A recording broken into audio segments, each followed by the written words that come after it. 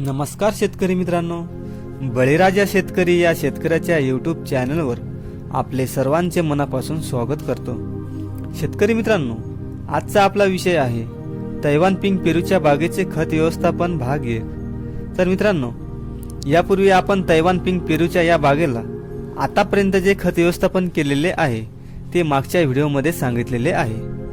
तर मित्रांनो, या बागेमध्ये आता नियोजन करताना या बागेमध्ये गवत झालेले होते, त्यासाठी मी या बागेत तणनाशकाचा वापर न करता या बागेमध्ये रोटरवेअर म्हणजेच रोटरी मारून घेतलेली आहे। तसेच या बागेत झाडांना मातीचे भर लावलेले आहे, म्हणजेच झाडाला बेड तयार करून घेतलेले आहे व बाग ही पूर्णपणे स्वच्छ करून घेतलेली आहे। मित्रांनो, या बागेला आज आम्ही NPK म्हणजेच 3-19-19-19 याचे ड्रेचिंग करणार आहोत। म्हणजेच मित्रांनो, आम्ही हे खत ठिबकद्वारे सोडणार आहोत। हे खत कसे सोडावे, किती प्रमाणात सोडावे, याचे फायदे हे मित्रांनो थोडक्यात जाणून घेऊया। मित्रांनो, त्यापूर्वी जर आपण आपल्या चॅनलला जर सबस्क्राईब केले नसेल तर चॅनलला सबस्क्राईब नक्की करा। मित्रांनो, 19-19-19 हे खत म्हणजे यामध्ये 19% नायट्रोजन, 19% फॉस्फरस आणि 19% पोटॅश हे सम प्रमाणात असते। मित्रांनो, या खताचा एक महत्त्वाचा फायदा त्यांच्या संतुलित पोषक रचनेतच आहे। मित्रांनो, नायट्रोजन, फॉस्फरस आणि पोटॅशियमचे समान गुणोत्तर हे सुनिश्चित करते की वनस्पतींना प्रत्येक आवश्यक पोषक तत्वाचा पुरेसा पुरवठा होतो। मित्रांनो, 19-19-19 खतामध्ये उच्च नायट्रोजन सामग्री विशेषतः हिरवीगार पानांच्या वाढीस चालना देण्यासाठी फायदेशीर आहे। मित्रांनो, नायट्रोजन क्लोरोफिलचे उत्पादन उत्तेजित करते, त्यामुळे अधिक दोलायमान हिरवी पाने आणि वर्धित प्रकाश संश्लेषण होते। मित्रांनो, या खतामध्ये फॉस्फरसची उपस्थिती मुळाच्या पिकासाठी महत्त्वपूर्ण आहे। फॉस्फरस निरोगी आणि विस्तृत रूट नेटवर्कच्या निर्मितीमध्ये मदत करते, त्यामुळे वनस्पतींना जमिनीतून आवश्यक संसाधने मिळतात। मित्रांनो, फॉस्फरस आणि पोटॅशियम फुलांच्या आणि फळांच्या उत्पादनात महत्त्वाची भूमिका बजावतात।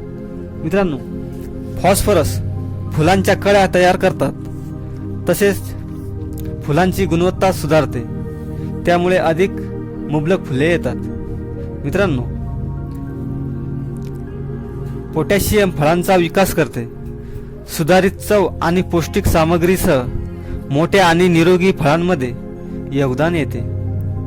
पोटॅशियम दुष्काळ आणि विविध पर्यावरणीय ताणांना वनस्पतीचा प्रतिकार सुधारण्याच्या क्षमतेसाठी ओळखले जाते। जेव्हा वनस्पतीमध्ये पोटॅशियमचे प्रमाण पुरेसे असते तेव्हा ते आव्हानात्मक परिस्थितीतही पाण्याचे योग्य संतुलन आणि टर्जिडिटी राखू शकतात। मित्रांनो, याचा परिणाम दुष्काळ, उष्णता, थंडी आणि रोगांना सहनशीलता वाढवण्यावर होतो, त्यामुळे पिकांची लवचिकता वाढते। मित्रांनो, 19-19-19 हे खत आम्ही देत आहोत।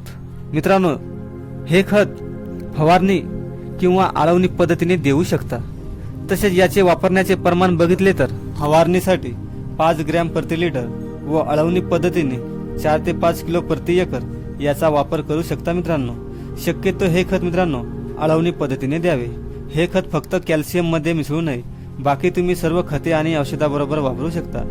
याचे कालावधी जर बघितले तर 15 ते 20 दिवसानंतर याचा वापर करू शकता। मित्रांनो, या बागेला हे खत देण्याचे महत्त्वाचे कारण या बागेमध्ये काही झाडे हे लहान आहे, तर काही झाडांमध्ये नायट्रोजनचे प्रमाण हे कमी दिसून आलेले आहे। मित्रांनो, त्यामुळे या खताचा आम्ही वापर करत आहोत।